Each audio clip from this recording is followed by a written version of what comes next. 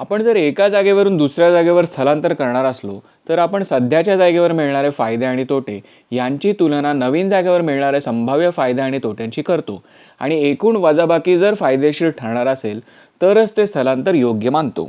हाच नियम कोणत्याही दोन अवस्थांमध्ये संक्रमण करताना लागू पडतो. प्रजननाच्या प्रक्रियेत सुद्धा जन्माला येणारी व्यक्ती एका अवस्थेतून दुसऱ्या अवस्थेत संक्रमण करत असते. हे कसं काय हे आता आपण पाहूयात. आपण जेव्हा एखाद्या मुलीला किंवा मुलाला जन्म देत असतो तेव्हा आपण एका नवीन व्यक्तीस अस्तित्वात आणत असतो. तिच्या जन्मा अगोदर ती व्यक्ती अस्तित्वात नसते. तेव्हा या दोन अवस्थांमध्ये तुलना करणे इथे योग्य ठरते. इथे एक महत्त्वाची गोष्ट लक्षात घेतली पाहिजे. नुसतेच अस्तित्वात नसलेल्या व्यक्तीबद्दल बोलणे मूर्खपणाचे होईल. परंतु प्रजननाची चिकित्सा करताना तसे करणे संयुक्तिक ठरते. कारण जन्माला येणारी संभाव्य व्यक्ती योग्य गर्भनिरोधकांचा वापर केला असता कधीच अस्तित्वात आली नसती. तेव्हा तिच्या दृष्टीने तिने अस्तित्वरहित अवस्थेतून किंवा अस्तित्वहीन अवस्थेतून अस्तित्वात संक्रमण केले असे म्हणता येऊ शकते. या संक्रमणाच्या संदर्भातच दोन्ही अवस्थांमध्ये आपण तुलना करूया. पण त्या अगोदर एक कुटुंब नियोजनाचे उदाहरण पाहूया.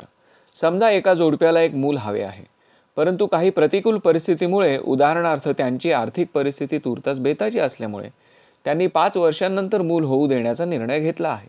त्यांचा हा निर्णय बहुतांशी लोकांच्या मते योग्य असणार, परंतु त्यात एका सूक्ष्म तपशिलाकडे बघितले पाहिजे. सगळं जर योजनेनुसार झालं तर त्यांना 5 वर्षांनी एक मुलगा किंवा मुलगी होईल. चर्चेसाठी आपण त्याचं नाव सुमित ठेवूयात. त्यांनी जर हे नियोजन केलंच नसतं तर आजच एक मूल जन्माला आलं असतं. उदाहरणादाखल आपण त्याचं नाव अमित ठेवूयात. आता सुमित आणि अमित ह्या संपूर्णपणे भिन्न व्यक्ती असणार, कारण नक्कीच त्या पूर्णपणे वेगवेगळ्या शुक्राणू आणि वेगवेगळ्या बीजांड्यांमधून निर्माण झालेल्या असणार. तेव्हा अमितच्या अस्तित्वाची किंवा अस्तित्वात न येण्याची चिकित्सा आपण स्वतंत्रपणे करू शकतो. त्याच्या आईवडिलांच्या कुटुंब नियोजनाच्या निर्णयामुळे तो अस्तित्वातच आला नाही.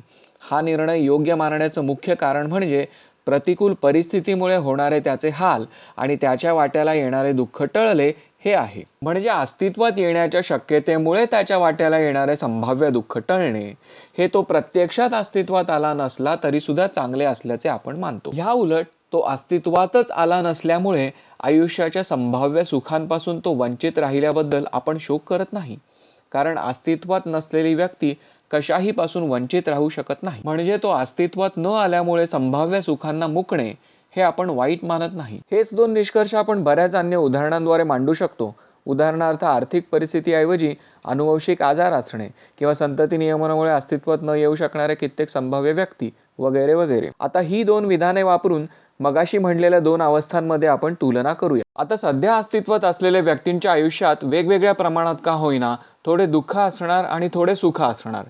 त्यातले दुःख असणे हे आपण वाईट मानतो आणि सुख असणे आपण चांगले मानतो. ह्याची तुलना सध्या अस्तित्वात नसलेल्या पण प्रजननाच्या प्रक्रियेतून भविष्यात अस्तित्वात येऊ शकणाऱ्या संभाव्य व्यक्तींच्या अवस्थेशी करूया. सोयीसाठी चारही स्थित्यांना आपण आकडे देऊया. नंबर 1 आणि 3 ह्यांची तुलना केली तर 3 नंबरची स्थिती फायदेशीर आहे असे दिसते. नंबर 2 आणि 4 मध्ये मात्र वरकरणी जरी 2 नंबरची स्थिती फायदेशीर वाटत असली तरी सुद्धा प्रत्यक्षात हा फायदा केवळ भासमान आहे. जरा सखोल विचार केला तर हा फायदा कसा नाहीसा होतो हे आपण पुढच्या व्हिडिओमध्ये पाहूया.